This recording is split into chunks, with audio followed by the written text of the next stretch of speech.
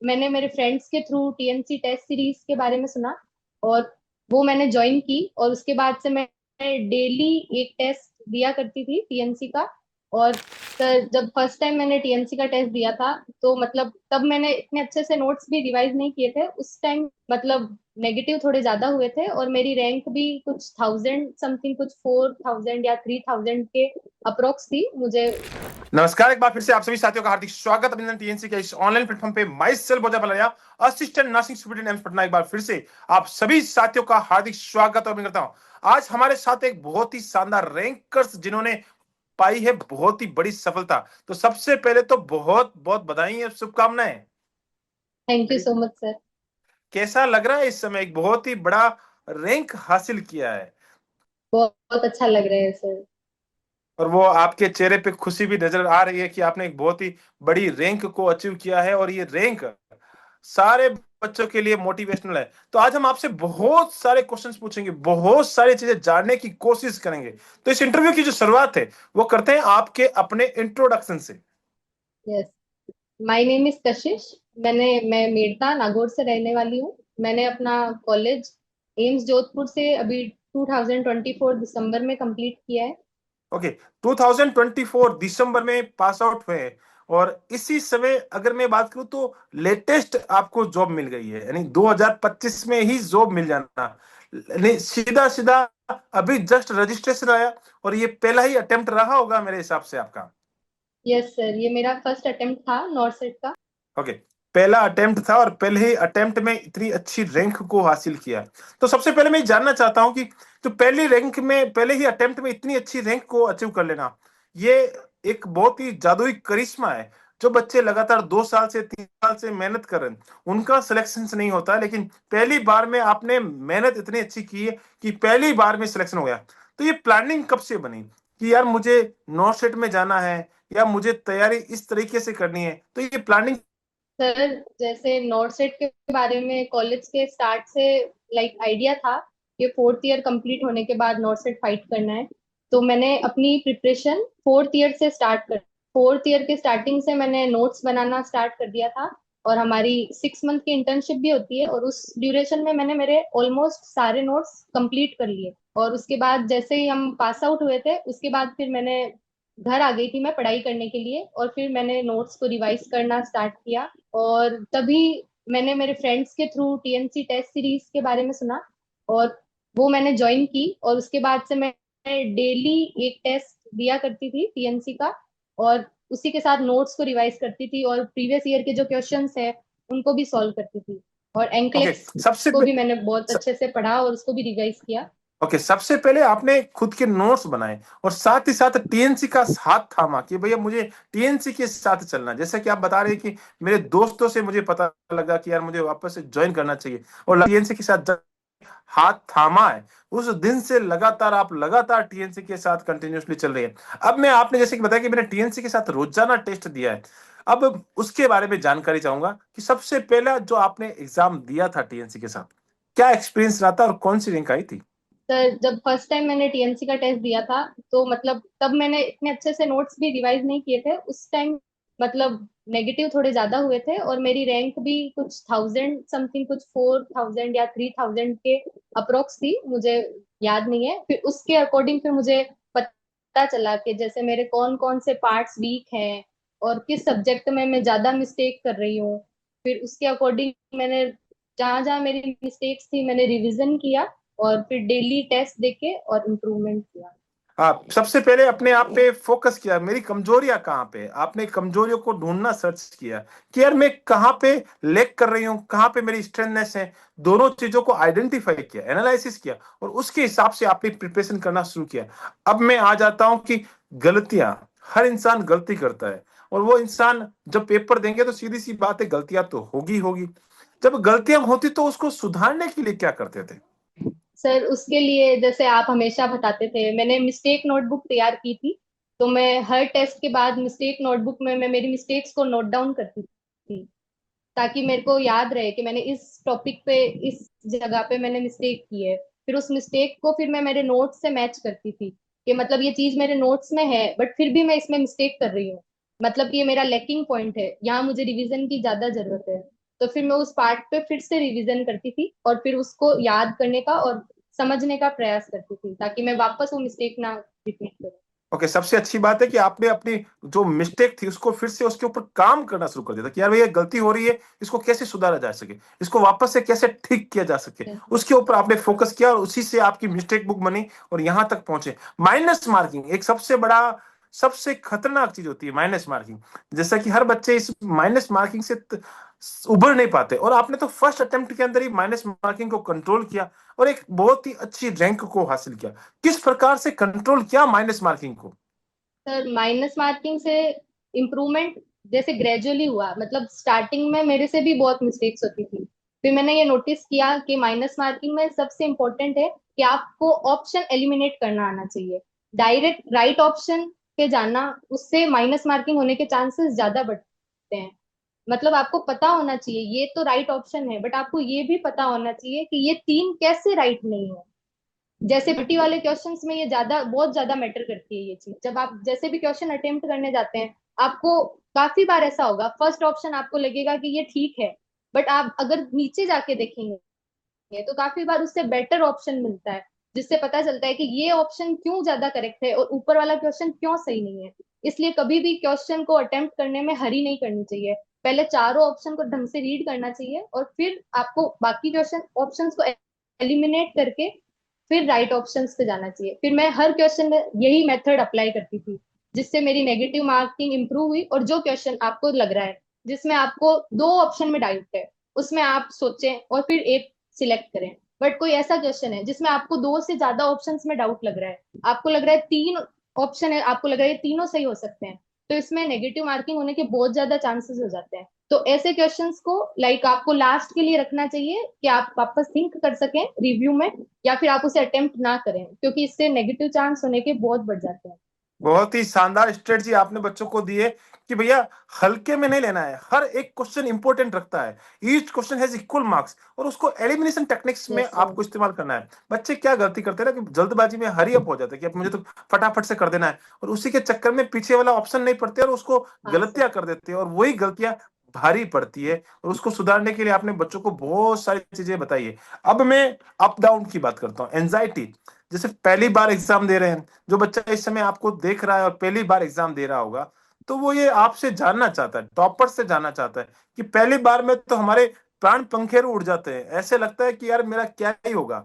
तो अपने आप को कैसे कंट्रोल किया कि यार जो होगा वो देखा जाएगा, या पहली पहली बार है तो पहली बार में कोई बात नहीं, जैसा होगा वैसे देख लेंगे। क्या प्लानिंग थी आपके दिमाग में, और क्या क्या उस समय आपके दिमाग में चल रहा था?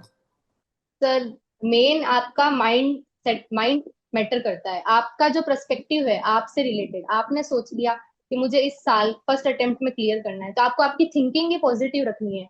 चाहे मतलब काफी बार टेस्ट अपन देते हैं और वो बुरा हो जाता है, तो माइंड में नेगेटिव थॉट आ जाता है कि मेरा नहीं हो पाया तो। बट आपको हमेशा पॉजिटिव रखना है, माइंड को पॉजिटिव पर्सपेक्टिव लेके चलना है कि ठीक है, अगर ये मेरा गलत हुआ तो मैं इसे इम्प्रूव करूंगी, मैं इससे अच्छा ट्राई करूंगी। आज अगर मेरे नेगेटिव इतने हुए हैं तो अगली बार मैं इसे कम करने का ट्राई करूंगी। कभी भी गिव अप नहीं करना है। सर काफी दिन ऐसे होते हैं जब आप डिप्रेस्ड होते हो या फिर आप कम मोटिवेटेड हो, बट एटलीस्ट आपको डेली ट्राई करना है। मोटिवेशन कोई, एक इंसान सारे दिन कंटिन्यूअस मोटिवेटेड नहीं रह सकता है। बट अगर आप इवन आप मोटिवेटेड नहीं हो, बट आपको ट्राई डेली करना है। आपको डेली आपके जो सिटिंग आर है उतने आवर्स आपको पढ़ाई करनी है, आपको टेस्ट देना है, आपको रिवीजन करना है। क्योंकि मोटिवेशन कंटिन्यूअस नहीं है। उसके लिए आप एक दिन मोटिवेटेड हो, दो दिन हो, उसके बाद आप ना हो, बट आपको ट्राई करते रहना है और हमेशा पॉजिटिव थिंकिंग रखनी है और गॉड में बिलीव रखना है सर। बहुत ही अच्छा बोले और बहुत ही शानदार बात बताई। डिसिप्लिन बना के रखना है। मोटिवेशन कुछ टाइम के लिए, कुछ टाइम तक आपको बूस्टअप दे सकता है। जैसे कि आपको एकदम से गाड़ी पे किक मारना होता है, वैसे के वैसे मोटिवेशन से आपको एनर्जी दे देगा कि हाँ भाई अब चलना है। लेकिन आपको चलने के लिए खुद का डिसिप्लिन बनाना पड़ेगा कि भाई मुझे ये चीज करनी ही है। जैसे मुझे रोजाना टेस्ट देना ही है, मुझे रोजाना एनर्जी है, मुझे रोजाना रिवीजन करना ही है। अगर आपने ये माइंड में सोच लिया ना, तो मैं गारंटी के साथ बोल रहा हूँ 101% सिलेक्शन हो जाएगा। अब मैं एक चीज और जानना चाहता हूँ। कुछ बच्चे ये बोलते हैं कि सर हम लोग प्रीलिम्स तो निकाल लेते हैं, मेंस नहीं निकलता है। तो क्या आपकी क्या स्ट्रेटजी रही? प्रीलिम्स के लिए कोई अलग स्ट्रेटजी थी या मेंस के लिए कोई अलग स्ट्रेटजी थी? नहीं सर, मेरी प्रीलिम्स और मेंस के लिए स्ट्रेटेजी सेम थी, पर मेंस में मेरा ये था मेन कि मैंने नोट्स में भी शॉर्ट नोट्स और प्रिपेयर किए थे। एक मेरी मेन नोट्स की नोटबुक थी, और एक मेरी एक और नोटबुक थी जिसमें मैंने वो मेरे नोट्स के पार्ट्स लिखे थे मैं भूलती हूँ या जिनमें मेरी मिस्टेक्स ज्यादा होने के चांस होते हैं।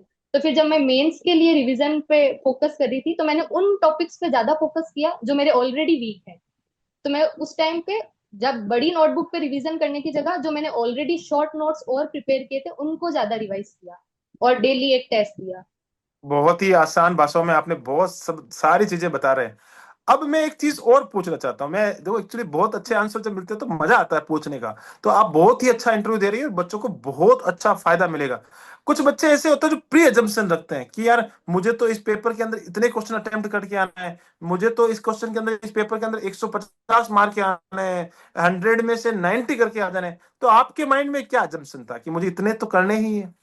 नहीं सर, मैंने ऐसा कोई प्री अजम्पशन सेट नहीं किया था कि मुझे कितने क्वेश्चंस अटेम्प्ट करने हैं, क्योंकि वो पेपर के पैटर्न पे डिपेंड करता है। जैसे इस बार का जो प्री का पेपर था, वो आप हम देखें तो वो कंपेरेटिव उसका थोड़ा लेवल हाई था। जैसा सब कहते हैं कि पहले के प्री के पेपर से वो थोड़ा सा हाई लेवल था। तो करेक्ट। वो उसमें ऑटोमेटिक, अगर जिस बंदे ने अटेम्प्ट कम किए हैं बट अगर उसकी एक्यूरेसी बेटर है, तो उनका प्री क्लियर हो गया। बट जिनका ऐसा प्री माइंड सेटअप था कि जिन्हें 80 प्लस अटेम्प्ट करके आने हैं, 90 प्लस अटेम्प्ट करने हैं, बट वो क्वेश्चन ट्रिकी होने की वजह से, नेगेटिव ज्यादा होने की वजह से, काफियों का मैंने ऐसे सुना कि उसकी वजह से प्री भी मिस आउट हो गया। क्लियर नहीं तो होता। इस वजह से ये पेपर पे डिपेंड करता है। आपको ऐसा प्री सेट नहीं करना है। मतलब लाइक आपको अगर क्वेश्चन अप्रोच करने में आपको लग रहा है कि ये मेरा क्वेश्चन राइट है, मैं सारे ऑप्शन को एलिमिनेट कर पा रही हूँ और मुझे पता है कि ये वाला ऑप्शन करेक्ट है, तो आपको वो क्वेश्चन श्योर आपको अटेम्प्ट करना चाहिए। ओके। बिल्कुल अच्छी बात बोली है। प्री एजम्पशन नाम की कोई चीज होती ही नहीं है। आपको फोकस करना है। और ये यस सर। चीजें जब आप रोजाना प्रैक्टिस करते हैं ना, कभी पेपर अच्छा भी जाता है, पेपर हार्ड आता है, उस दिन आपको लगता है कि यार सर, पेपर मेरा हार्ड आया है और मैंने क्वेश्चन कम अटेम्प्ट किए, फिर भी आपकी अच्छी रैंक आती है। अच्छी कंपटीशन रैंक आती है। सबके यस बीच सर। में होता है। सबके बीच में कंपटीशन होता है। सबको वो पेपर हार्ड रहता है। जिस दिन पेपर आपका इजी रहता है सबके लिए इजी होता है। तो वो आपको अजम्पशन बिल्कुल भी नहीं करके जाना है। और उसी से आपको बड़ा फायदा मिलता है। इस जर्नी के दौरान अभी तक आप यहां तक पहुंचे हैं, कौन कौन सी ऐसी बुक्स हैं जिसको आप बताना चाहेंगे कि जो मेरी इस जर्नी के दौरान बहुत ही हेल्पफुल रही है? बुक्स का जैसे मैं कहूंगी तो मैंने एंक्लेक्स पढ़ी है, शॉन्डर्स, उसका रिवीजन किया है। और प्रीवियस ईयर क्वेश्चन जैसे सब पीआर यादव बताते हैं वो भी मैंने सॉल्व किए। और उसके अलावा मैंने मेरे खुद के नोट्स रिवाइज किए हैं और एक डेली टेस्ट दिया है। उसके अलावा मैंने कोई एडिशनल क्वेश्चंस के लिए बुक्स प्रेफर नहीं की, क्योंकि टेस्ट सीरीज से मुझे ऐसा लग रहा था कि ऑलमोस्ट सब क्वेश्चंस मेरे टच हो रहे हैं, मतलब वो और सब अच्छे क्वेश्चंस मिल रहे हैं और मेरे कंसेप्ट क्लियर हो रहे हैं, तो फिर मैंने और कोई क्वेश्चन के लिए प्रेफर नहीं की बुक। ओके। बहुत सारी चीजें नई नई क्वेश्चन आपको रोजाना मिलते थे जो आपने कहीं नहीं देखे, और वो जो क्वेश्चन टीएनसी में आपको देखने को मिलते थे, यस तो सर। कभी कभी गुस्सा नहीं आता था कि ये टीएनसी वाले कहाँ कहाँ से क्वेश्चन उठा के ले आते हैं? सर, गुस्सा तो नहीं आता था, बट एक क्यूरियोसिटी होती थी कि ये क्वेश्चंस है तो मतलब ये, हाँ हाँ, सोचने की बात है। काफी बार ऐसे डाउट भी होता था कि मैं गलत हूँ, तो मतलब कैसे, मतलब मेरी फ्रेंड के साथ मैं को स्टडी करते थे हम, लाइक ऐसे क्वेश्चन डिस्कस करते थे कि ये गलत है तो इसका ये कैसे गलत है, तो उस पे पूरा ऐसे हम एनालिसिस करते थे उस क्वेश्चन के बारे में कि अगर ये अलग तरह का क्वेश्चन है तो ये क्यों है। और नीचे रैशनल पढ़ के, वीडियो सुन के, काफी क्वेश्चंस के नीचे जो प्रोवाइड होते थे, फिर उससे उसको करेक्ट करके और मैं आगे पढ़ती थी। अब मैं वीडियो एमसीक्यू पे जो रेशनल्स है उस पे आना चाहता हूँ, जो कि आपको वीडियो रेशनल्स मिलते थे। इंडिया के अंदर एकमात्र ऐसी टेस्ट सीरीज है जो पूरा एफर्ट लगाती है और जो क्वेश्चन सबसे हार्ड होते हैं उसके कॉन्सेप्ट वाइज वीडियो रेशनल डालती है। तो उसके बारे में आपकी यस क्या सर। राय है? वो वीडियो रैशनल्स मेरे लिए बहुत हेल्पफुल प्रूफ हुए हैं। जैसे काफी कंसेप्ट जो मे बी मेरे को नहीं पता थे और मेरे नोट से जो क्लियर नहीं हो पा रहे थे, उन वीडियोस ने मेरी बहुत हेल्प की। वो वीडियोस मैं देखती थी तो मुझे पता चलता था कि हाँ, ये पार्ट मिसिंग है इस कंसेप्ट के बारे में, मतलब मुझे इस टॉपिक का मुझे ये पार्ट नहीं आता है। तो फिर मैं उसे नोट डाउन करती थी मेरी नोटबुक में और फिर उनको याद करती थी। ओके। अब कुछ बच्चे मेरे से बहुत जानना हेल्पफुल रहे चाहते थे हैं मेरे और लिए वीडियोस। मेरे से ये पूछ रहे हैं कि सर हम थ्योरेटिकल पार्ट को पढ़ रहे हैं और मैं थ्योरी भी पढ़ रहा हूँ, साथ साथ में टेस्ट भी दे रहा हूँ, तो दोनों में इंपॉर्टेंस किसको दूं? क्योंकि मैंने कोर्स को पढ़ लिया है, मैंने नोट्स भी बना लिए, अब मेरी प्रायोरिटी किसको रहनी चाहिए? ज्यादा थ्योरी पे जाए, रिविजन्स पे जाए, या प्रैक्टिस पे जाए? तो आप क्या कहना चाहेंगी? मेरे अकॉर्डिंग तीनों इक्वली मैटर करते हैं। अगर आपकी थ्योरी क्लियर नहीं है तो आप डायरेक्ट प्रैक्टिस करके आप उसको एक तरह से याद कर रहे हैं, आप वापस 1-2 दिन बाद भूल जाएंगे। और अगर आप डायरेक्ट प्रैक्टिस कर रहे हैं, और फिर अगर आप थ्योरी पढ़ रहे हैं, केवल थ्योरी पढ़ रहे हैं और क्वेश्चन प्रैक्टिस नहीं कर रहे हैं, तो फिर आपकी हैबिट नहीं होगी क्वेश्चंस अटेम्प्ट करने की, आपको समझ में नहीं आएगा। आप अगर फिर फर्स्ट टाइम क्वेश्चन अटेम्प्ट करेंगे तो उस कंसेप्ट को अप्लाई कैसे करना है। तो इस चीज के लिए दोनों इंपॉर्टेंट है, आपको पहले आपकी थ्योरी स्ट्रॉन्ग करनी है, आपको अच्छे से आपके नोट्स पढ़ने हैं, उनका रिवीजन करना है, जिससे आपके कंसेप्ट क्लियर होंगे, और इक्वली उस कंसेप्ट को आपको अप्लाई करना आना चाहिए। और वो अप्लाई करना है, वो कैसे अप्लाई करना है, ये आपको क्वेश्चन प्रैक्टिस से पता चलेगा। फिर आपको ऐसे लगेगा, आप जब क्वेश्चन अटेम्प्ट करोगे तो कि हाँ ये कंसेप्ट यहाँ ऐसे वर्क है, ये इससे ऊपर प्रायोरिटी में है, ये पॉइंट इससे ये ज्यादा प्रेफर करना है, इससे आपको कंसेप्ट और ज्यादा क्लियर होंगे। तो ये इक्वली हैंड, आपको थ्योरी भी पढ़नी है, रिवीजन भी करना है, और इक्वली आपको क्वेश्चन प्रैक्टिस करनी है। बहुत ही शानदार बात बताई। लास्ट में मेरा एक सवाल है जो कि इम्पोर्टेंट है और मैं पूछना चाहता हूं कि आप एक ऐसा, तो उससे पहले एक चीज और याद आ गई, वो मैं पूछ लेता हूं। कितने क्वेश्चंस आपने प्री के अंदर अटेंड किए और कितने क्वेश्चंस मेंस के अंदर अटेंड किए, कितने सही कितने गलत?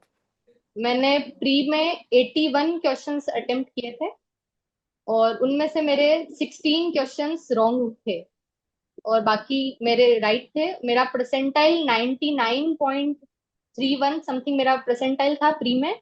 और मेंस के अंदर मैंने 141 क्वेश्चन अटेम्प्ट किए थे, जिसमें मेरे 25 समथिंग नेगेटिव है और 115 पॉजिटिव है, और उसमें मेरी AIR 140 है। बहुत ही अच्छी एक्यूरेसी आपने मेंटेन की है, आपकी एक्यूरेसी बहुत ही अच्छी है। फिर भी अगर बात करें तो गलतियां तो हर इंसान से होती है, वो गलतियां, थोड़ी बहुत गलतियां तो सब में चलती है और वही चीजें थोड़ी बहुत आपने की है, लेकिन एक्यूरेसी आपकी फिर भी बहुत अच्छी बोलूंगा। लास्ट में मैं एक सवाल पूछना चाहता हूँ, सबसे अच्छी चीज क्या लगती थी टीएनसी में? TNC सीरीज में सबसे अच्छी चीज मुझे उनका डेडिकेशन न्यू क्वेश्चंस बनाने का, लाइक डेली एक टेस्ट प्रोवाइड कराना स्टूडेंट्स के लिए जो उनके लिए हेल्पफुल हो, और जिसमें सारे कंसेप्ट और सारा कुछ आप कवर कर रहे हैं, और डेली रैंक प्रोवाइड कराना। लाइक नाइट में, मैं नाइट में पढ़ती थी तो मैं रात को मैं देख के ही सोती थी, तो एक पॉजिटिव कंपटीशन की फीलिंग कि मुझे मेरी रैंक इम्प्रूव करनी है, मुझे मेरे मार्क्स इम्प्रूव करने हैं, मिलती है उससे। जब आपको आपकी रैंक पता चलती है कि आप कहाँ पे स्टैंड कर रहे हैं, एक वो भी बहुत मैटर करता है। और TNC के क्वेश्चंस भी बहुत अच्छे थे, जिससे कंसेप्ट बहुत अच्छे से क्लियर होते हैं क्वेश्चन प्रैक्टिस से। और नेगेटिव कंट्रोल करना, कंसेप्ट को कैसे अप्लाई करना है, उसमें भी बहुत हेल्पफुल रहे मेरे लिए TNC के। चलो, बहुत ही अच्छी बात बताइए। लास्ट में एक सजेशंस लेना चाहूंगा कि आपके जूनियर्स आपको इस समय देख रहे हैं, क्या सजेशंस देना चाहेंगे? मैं सबको यही सजेशन देना चाहूंगी कि कभी भी सेल्फ डाउट मत करें। आप, मैं कर सकती हूँ तो आप भी कर सकते हैं। आप रेगुलर मेहनत कर रहे हैं, सब मेहनत करते हैं, आप खुद को पॉजिटिव रखें, पॉजिटिवली डेली स्टडी करें, एक डिसिप्लिन बनाएं कि मुझे इतना घंटे ऐसा पढ़ना है, मुझे टेस्ट देना है, और कंटिन्यूअस मेहनत करते रहे, you will be succeed. Sure sure sure, बहुत अच्छी बात बताइए। कंसिस्टेंसी मेंटेन रखना है, डिसिप्लिन मेंटेन रखना है और टीएनसी के साथ लगातार हमेशा चलना है, तो श्योर सक्सेस मिलेगी। बहुत बहुत धन्यवाद, आपने बहुत अच्छा इंटरव्यू दिया। बहुत सारी बच्चों को चीजों को सीखने को मिलेगी। आने वाले जूनियर्स आपको फॉलो करेंगे और 100% रैंकर्स बनेंगे। ऐसे ही आप अपना नाम, साथ ही साथ अपने माता पिता का नाम, जिस धरती से आते हैं उस धरती का नाम, एम्स जोधपुर के जितने भी गुरुजन हैं उन सारे के सारे गुरुजनों का नाम, साथ ही साथ टीएनसी का नाम हमेशा रोशन करते रहे। जय हिंद, जय भारत, वंदे मातरम। Thank you so much.